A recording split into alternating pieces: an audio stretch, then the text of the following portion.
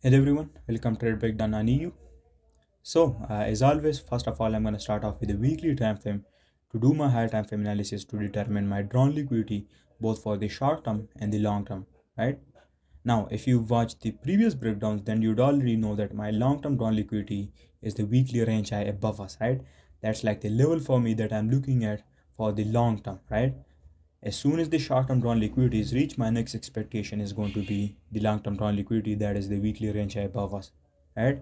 But obviously we know that before we could reach the long-term drawn liquidity, we need to first of all have a retracement and to reach the short-term drawn liquidity, and only then we're gonna start moving higher towards the long-term drawn liquidity, right?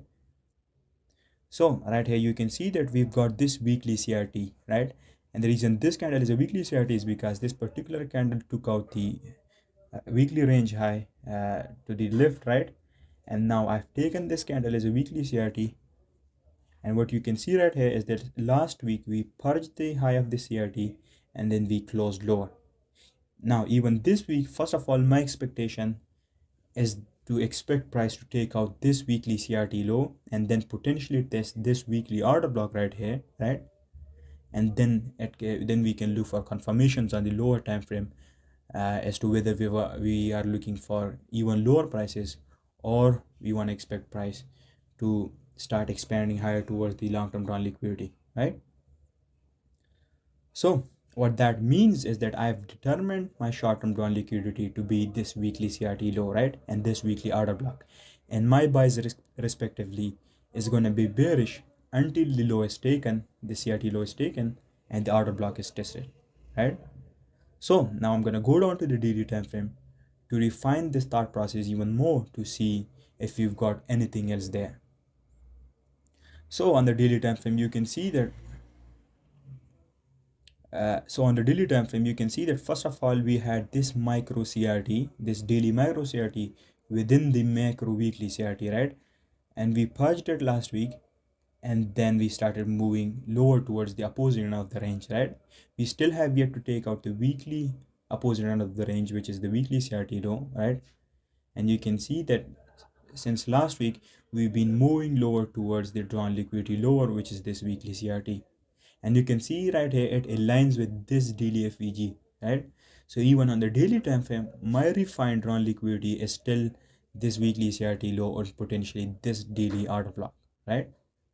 That is my higher time frame thought process, right? So now you can see the two objectives on the higher time frames have been accomplished, right? I've determined my drawn liquidity in my higher time frame buys, right? And my bias is bearish, right? Now what I'm going to do is I'm going to go down to the 4-hour time frame to find a CRT there, and then to potentially build a narrative there as to why and how the price is going to go towards the drawn liquidity, right? Obviously it cannot go in a straight line to lower towards the drawn liquidity, the short-term drawn liquidity. Obviously it's going to move in phases, and now that's my job to build a narrative there to properly position myself in a CRT, and then potentially trade the CRT on the lower time frame while targeting the short-term drawn liquidity, right?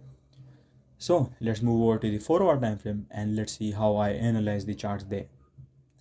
On the 4-hour time frame right here, you can see that on Monday we didn't have anything significant, right? So for that reason I had skipped Monday. I did not trade it Monday, right? Then what happened on Tuesday is that even on Tuesday my expectation was still lower towards the drawn liquidity. But obviously you know that I had to position myself in a CRT first, right? And for that what I expected is that for the first half of the day on Tuesday, I wanted price to purge above these candles right here, and specifically this candle, and that would have been my CRT, right? And after that my plan was to find a model 1 entry on the 15-minute time frame, right? Now one of the reason and one of the main factor as to why I wanted to see a purge above these candles, right, is that this candle had generated liquidity in the form of forming a ranging profile in the lower time frame during the CBDR and the Asian session, right?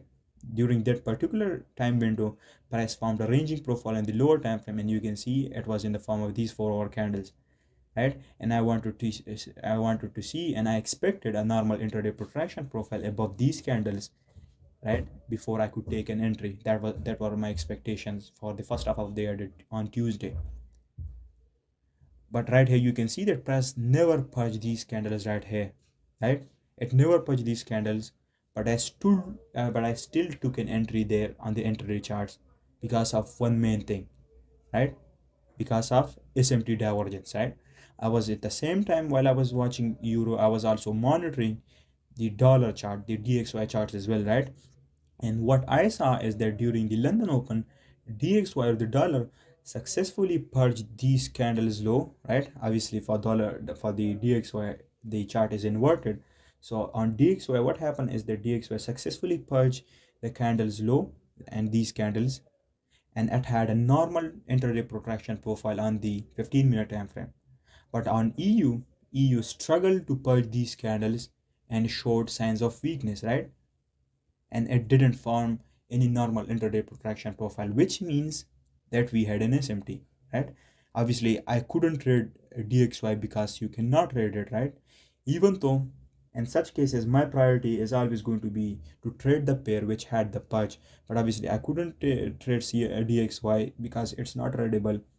So the only option I had was to trade EU. So I looked for a model 1 entry on EU in the 15-minute time frame, but I had risk lower than I usually do because EU didn't had the purge. But I still was convicted enough. I still had enough conviction in that trade idea that I traded it on the 15-minute time frame, right?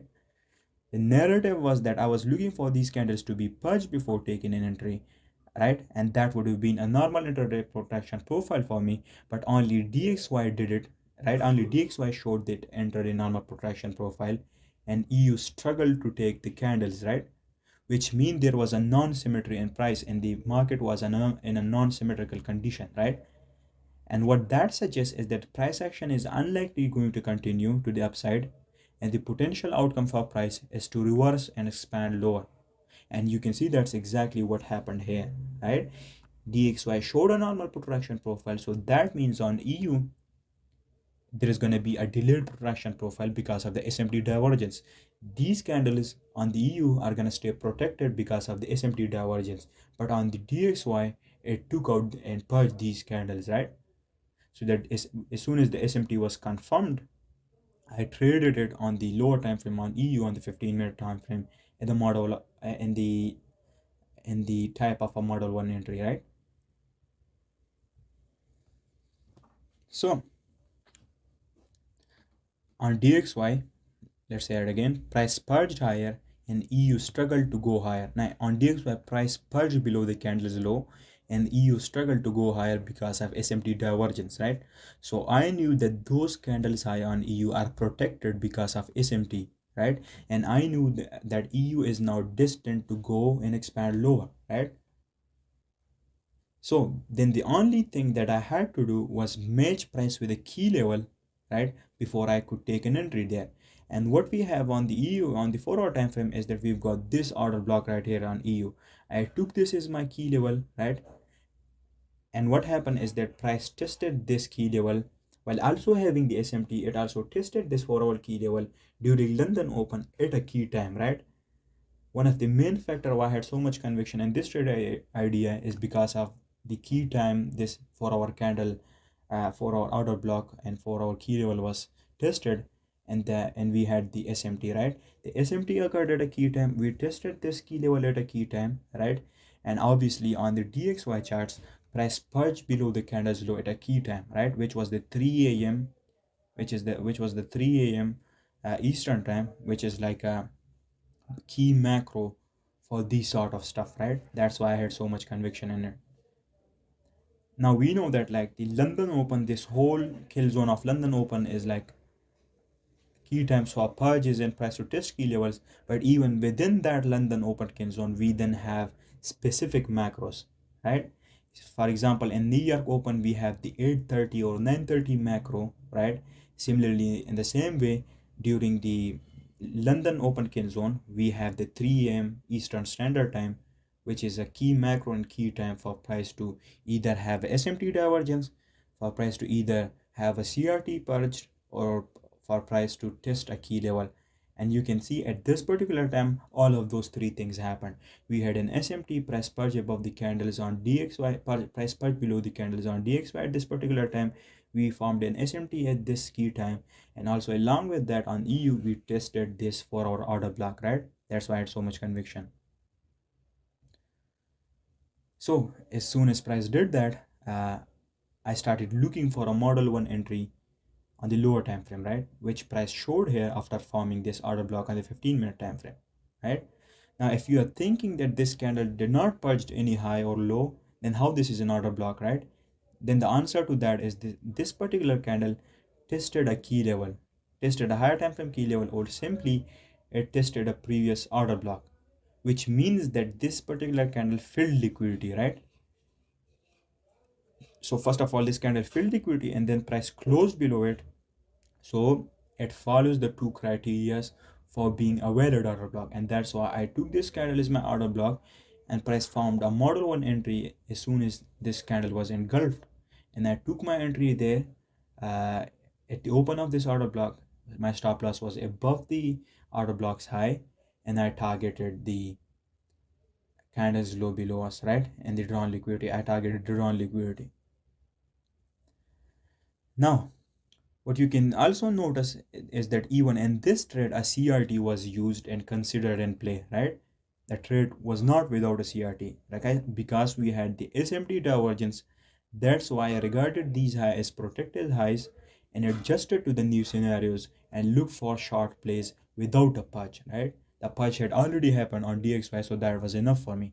Now, if DXY had not taken those lows, right, and if it didn't had or showed any SMT divergence, then I wouldn't have taken this trade, right? Because for me, either one of the pair, either the benchmark pair or the underlying pair, or either the DXY or the EU, one of them has to purge the candles, right? That's a requirement for it. If none of them purged any CRT or any candles, I wouldn't have taken an entry. But because DXY purged the candles and EU did not, and we had an SMT, that's why I traded on the EU, right? So what you can see that is that first of all, I started off with a higher time frame, the weekly and the daily, to determine two things: our higher time frame draw liquidity and our higher time frame buys. And once I determined those two things, I went down to the 4-hour time frame to do another two things: to find a CRT there so that we could position ourselves successfully, and then also on the 4-hour time frame I had to build a narrative first, right, with the help of intraday profiles, key levels, SMT divergence, and CRT, so that I could know that how and why its price was gonna go lower, right?